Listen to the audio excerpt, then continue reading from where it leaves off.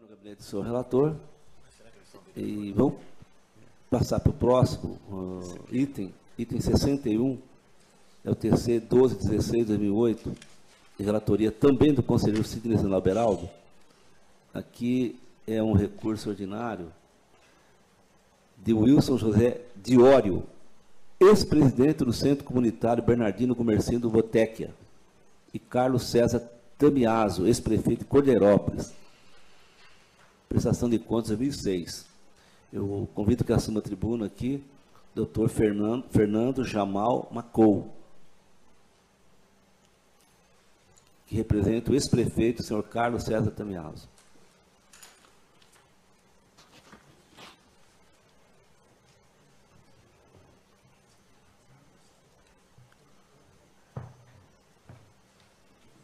Agradeço ao defensor, passo a palavra ao relator.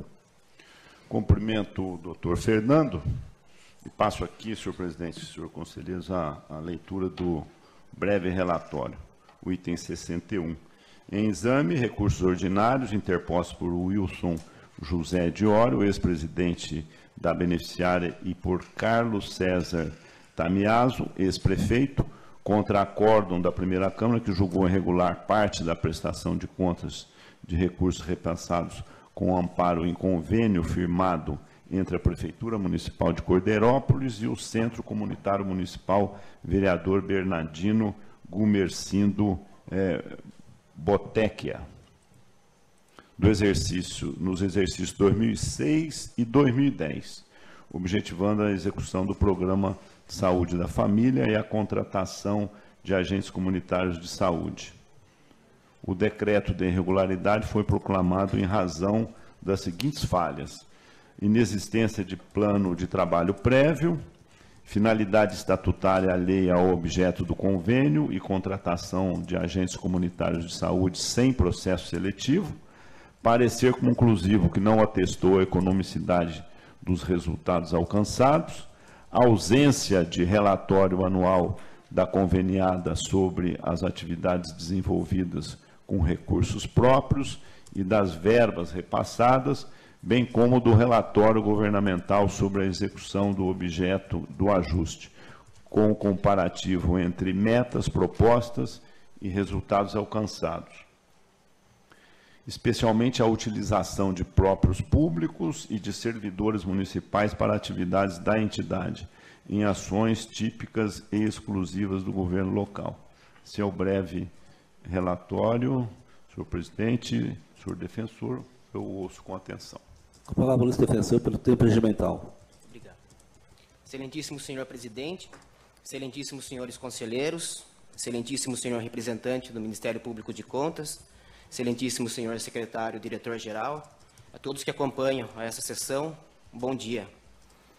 Trata-se de recurso interposto em face da decisão proferida pela colenda Primeira Câmara desse egrégio tribunal, sob relatoria do excelentíssimo conselheiro Dimas Eduardo Ramalho, acerca da análise das prestações de contas dos recursos repassados nos exercícios de 2006 e 2010 pela Prefeitura Municipal de Cordeirópolis ao Centro Comunitário Municipal Vereador Bernardino Gumercindo Botequia.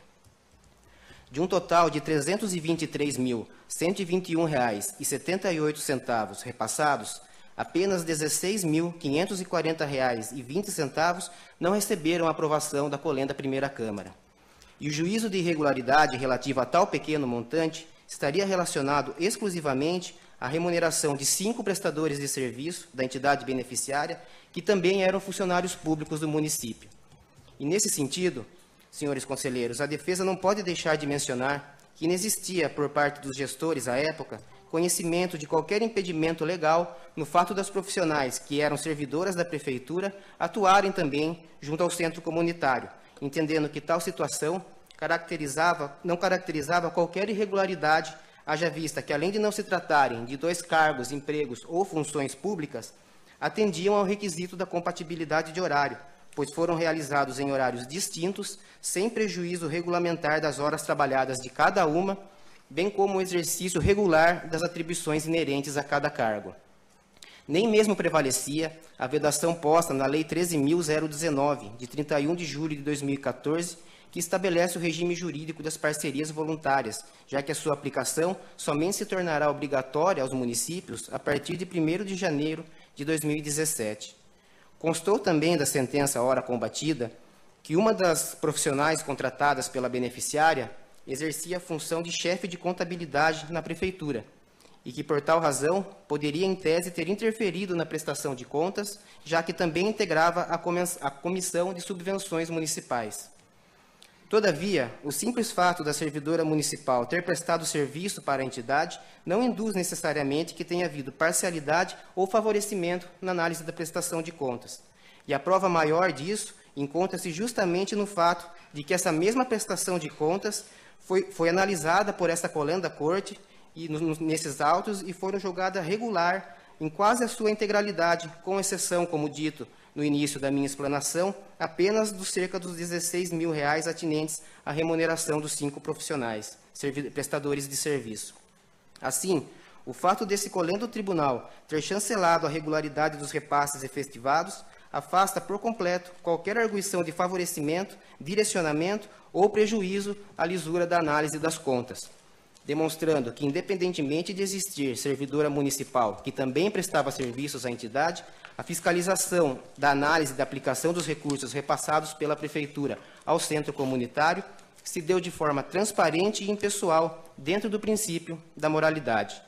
Ademais, o fato de determinado prestador de serviço da entidade ser também funcionário público no município e um dos membros da comissão, responsável pela análise da prestação de contas, não faz presumir o ato ilícito ou o prejuízo ao erário. Para isso, é necessária a comprovação de que se valeu de suas atividades para influenciar o resultado ou obter alguma vantagem indevida.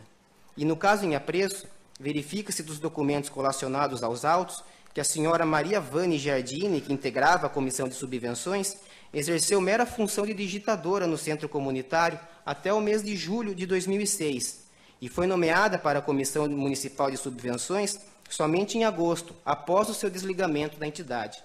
Portanto, em momento algum, a mencionada servidora municipal integrou simultaneamente os quadros da beneficiária e da referida comissão, não havendo que se falar assim em violação ao princípio da segregação de funções. Outro sim, não podemos deixar de destacar que na entidade beneficiária a mesma não exercia qualquer cargo diretivo ou função de relevo, não possuindo qualquer responsabilidade que pudesse recair sobre a sua pessoa ou benefício que pudesse aferir, seja na hipótese de aprovação ou desaprovação das contas.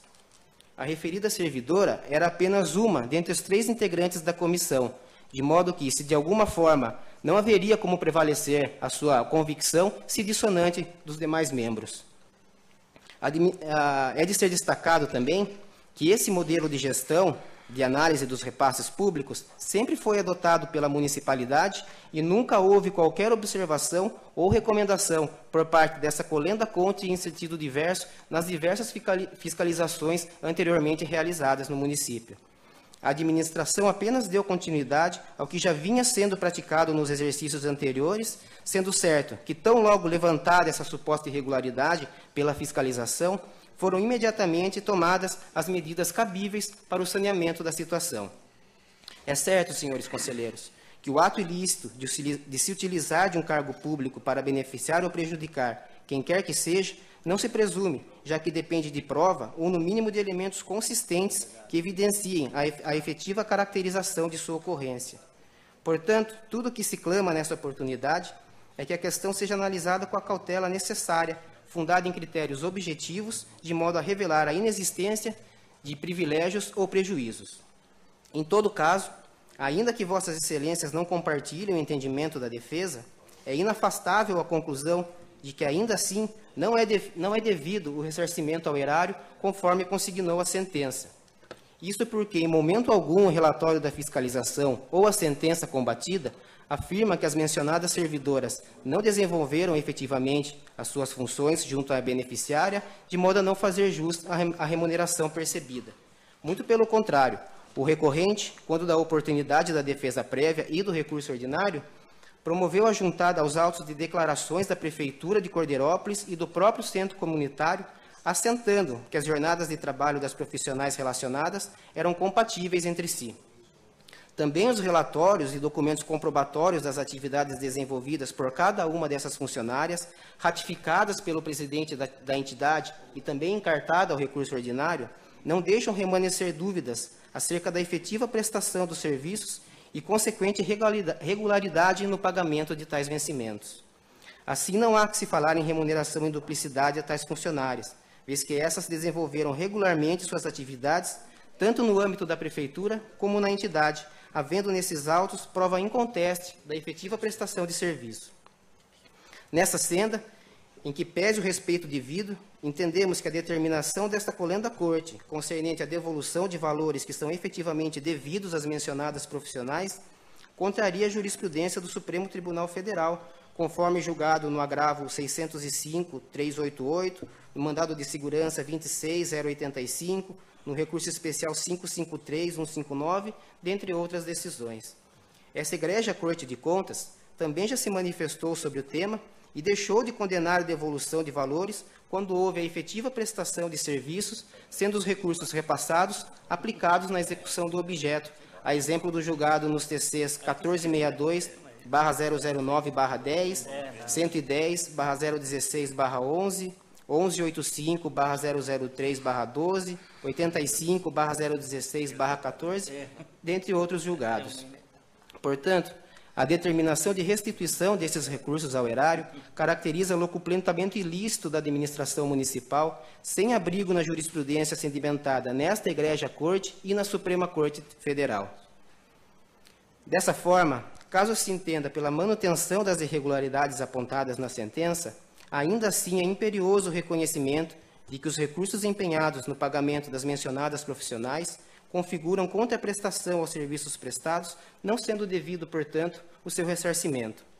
Por fim, entendemos também que a imposição de sanção pecuniária, no caso em apreço, no valor de 200 UFESPs, se mostra injusta ou, no mínimo, desproporcional, especialmente se considerarmos que os serviços foram regularmente desenvolvidos pelas servidoras relacionadas, as quais nenhum poder de ingerência exerciam sobre o ajuste firmado, e que, tão logo essa suposta irregularidade foi levantada pela fiscalização, elas foram imediatamente desligadas da entidade, demonstrando a completa ausência de dolo em tais condutas e confirmando que a real intenção sempre foi o atingimento do melhor bem comum. Nesses termos, apelando sempre ao bom senso de vossas excelências, clamamos de forma derradeira para que se reconheça que a única questão supostamente a macular a parcela muito pequena da prestação de contas seja relevada e, consequentemente, seja dado provimento ao recurso ordinário interposto. Ou, caso não seja esse o entendimento do Pleno dessa colenda Corte, requer alternativamente ao menos o cancelamento da determinação de valores, da devolução de valores aos cofres municipais e o cancelamento da multa imposta, ou pelo menos a redução do seu valor. Era o que tínhamos a expor nesta oportunidade, agradecendo mais uma vez a atenção dispensada. Muito obrigado. Agradeço, ilustre defensor. Com a palavra o senhor relator. Cumprimento o ilustre defensor, doutor Fernando, e vou retirar de pauta para analisar os argumentos aqui trazidos. Regimental, retorno ao gabinete. Obrigado, senhor defensor. Convido